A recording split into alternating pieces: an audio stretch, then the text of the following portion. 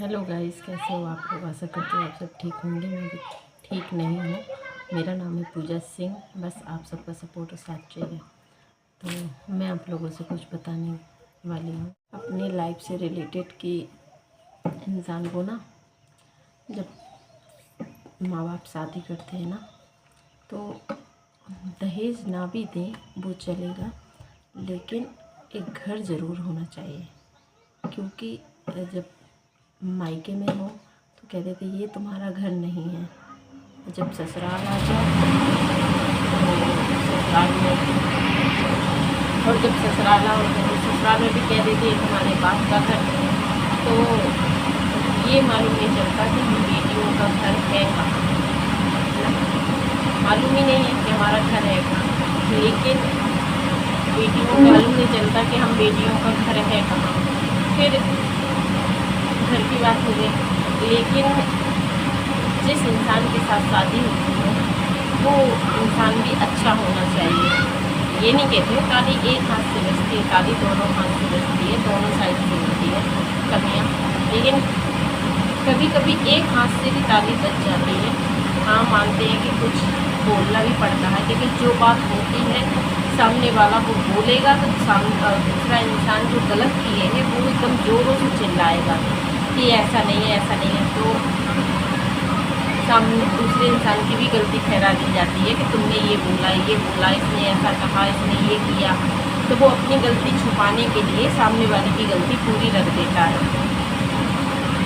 तो जैसे कि आप लोगों को पता है कि मेरा चैनल तो काफ़ी टाइम से बना है, लेकिन मैं अपनी बात शेयर नहीं कर पा रही हूँ, अच्छे से खुल के नहीं कर पा रही हूँ, क्योंकि मेरी कुछ मजबूरी है जो मैं खुल के नहीं कर पा रही हूँ। अगर एक दिन मैंने वो हिम्मत जुटा ली तो मैं अपने दिल की बात पूरी शेयर कर दूँगी कि ये शख्स कौन है कौन नहीं। लेकिन हाँ, समझने वाले काफ़ी समझ भी गए होंगे कि वो शख्स कौन है। जो जैसे कि जिस राह पे यानी कि जिस दर्द से मैं गुजर रही हूँ, ऐसी काफ़ी लड़कियाँ हैं जो इस दर्द से गुजर रही होंगी। तो उन लोगों को पता होगा कि पता चल गया होगा कि हाँ मुझे क्या दिक्कत है।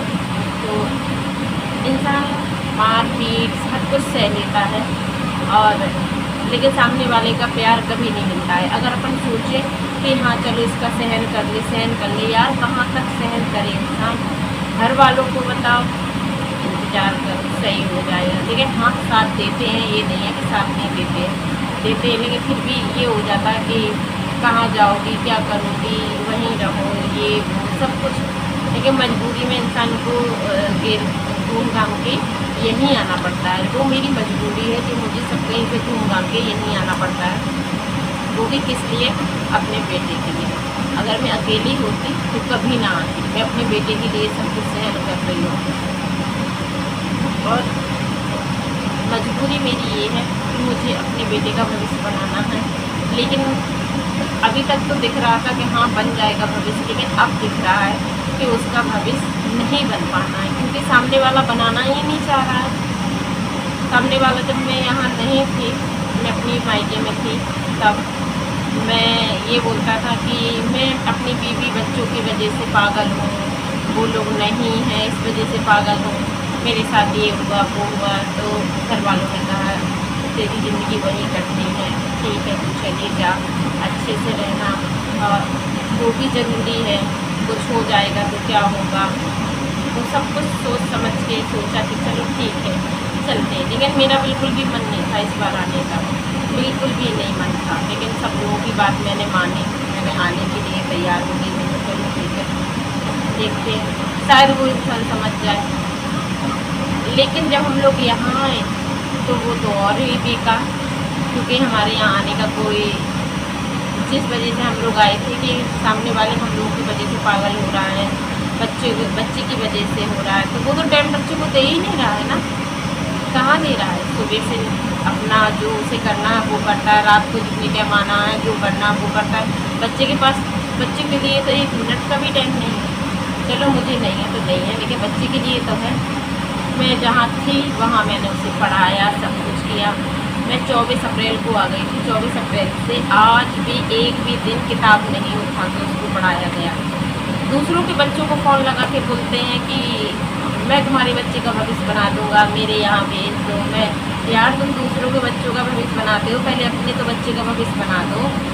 जो पूरा भविष्य उसका बिगड़ा जा रहा है, अभी उसकी नींव मजबूत होगी, अच्छे से पढ़ेगा सब कुछ, और जब उसे पढ़ने को लिए कुछ नहीं मिलेगा तो उसकी नींव कहाँ से मजबूत होगी। तुमने अपना देखा, बच्चे का तो कुछ नहीं देखा। बस तुम्हें, मेरे पास सारे सबूत हैं, मेरे पास मेरे मारपीट के सबूत हैं, अन्य लड़कियों औरतों से बात करने के सबूत हैं, मेरे साथ क्या क्या हो रहा है मेरे पास वो सबूत है। वो इंसान कितना गलत है वो मैं जानती हूँ कि ऊपर वाला जानता है। यार मैं कब तक किस किस को बताऊँ, इसको बताऊँ, उसको बताऊँ, इसको बताऊँ, कहाँ तक बताऊँ। मुझे भी दिखता है, लेकिन हाँ मेरे घर वाले एक तरफ से सही है, वो कहते हैं कि तुम्हें यहीं रहना है, यहीं ज़िंदगी व्यतीत करनी है, सब कुछ मानते हैं। लेकिन जो इंसान देख रहा है, जिसके साथ बीत रही है, वो तो सहन कर पाए उसके साथ क्या क्या हो रहा है। सामने वाले ने तो कर दिया, और जैसे मैंने बता दिया तो उन लोगों ने समझा दिया मुझे, लेकिन फिर भी वो सामने वाला इंसान उन्हीं को गलत मानता है। लेकिन जो मुझ पे बीत रही है वो मैं जान रही हूँ क्योंकि मैं यहाँ रह रही हूँ, मेरे साथ कितना अच्छा हो रहा है, कितना गलत हो रहा है। लेकिन हाँ, पहले तो अच्छा भी होता था, कभी कभी कुछ दिन तक तो गलत हुआ फिर सही, लेकिन अब तो बिल्कुल ही अलग हो गया हर चीज़। एक इंसान कमाए, चाहे वो एक रोटी के बदले आधी रोटी खिलाए, पर इंसान को प्रेम, इज्जत, सम्मान सब मिलना चाहिए। लेकिन सामने वाला क्या करता है, 4 लोगों में जाके बेइज्जती करता है, वहीं से फ़ोन लगा लगा के इतनी गंदी गंदी गाली वो कभी मैं डालूँगी। लेकिन जिस दिन मैं पूरा अपना मन हटा दूँगी ना, इसके बारे में मुझे नहीं सोचना है। मैं अभी थोड़ा इसलिए सोच रही हूँ क्योंकि मैं यहाँ हूँ, मेरे साथ कभी भी कुछ भी हो सकता है, मुझे पता नहीं है कि मेरे साथ कब क्या कहाँ क्या हो जाए, मुझे कोई भरोसा नहीं है।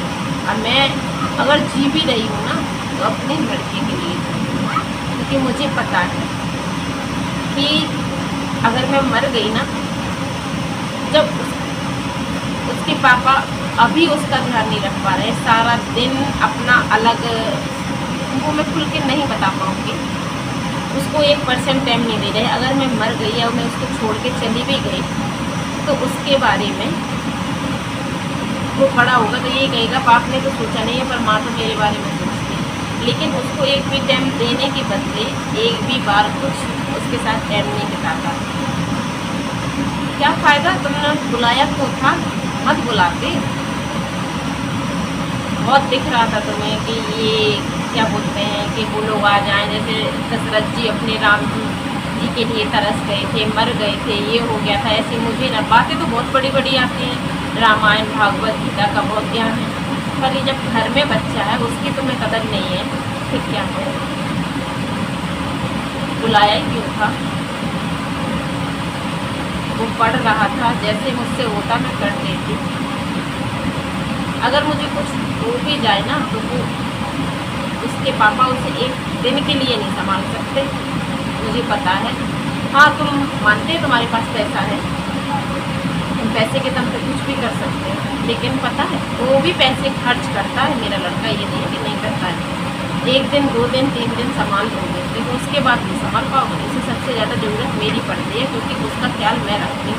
तुम तो एक भी दिन नहीं उसे पूछते हो, तो तुमने एक भी दिन पूछा हो, कभी कहा हो कि आ जाओ विधान सब पढ़ा दें, क्या करते हो, कभी नहीं तुमने सोचा। सिर्फ तुम अपने बारे में सोचते हो कि मुझे क्या करना है, किससे बात करनी है, किससे नहीं। यार जो कदम तुमने उठाया ना, वो कदम अगर मैं उठा लेती ना तो तुम कभी रखते नहीं मुझे। फिर भी मैं अभी मौका दे रही हूँ, लेकिन तुम वो मौका छोड़ते जा रहे हो। और जिस दिन मेरे सर से पानी ऊपर हो जाएगा ना, उस दिन बता दूँगी मैं।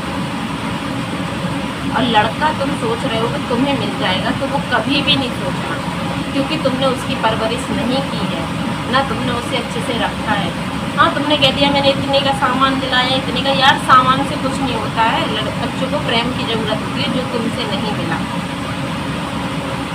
वो सब कुछ जानता है, सब कुछ जानता है, जब तुम आते हो ना रात में, तुम कहते थे मम्मी ताला लगा लो, पापा जी अंदर ना आ पाए, तुम्हें मारेंगे, गाली देंगे, मम्मी गेट बंद कर लेना, खोलना नहीं। एक दिन मैंने तुम्हारे लिए गेट खोल दिया था, तो उस दिन खुद कह रहा था, वो तुम्हें भी पता है कि मम्मी गेट क्यों खोले हैं, जिस दिन तुमने मेरे कान में चाटा मारा था, याद रखना। प्लीज़ मेरी वीडियो को ज़्यादा से ज़्यादा शेयर करिएगा और सपोर्ट करिएगा। मैं अपनी बात रखूँगी, धीरे धीरे रखती जाऊँगी, क्योंकि मैं एक साथ नहीं बता सकती, क्योंकि बहुत बड़ी कहानी है।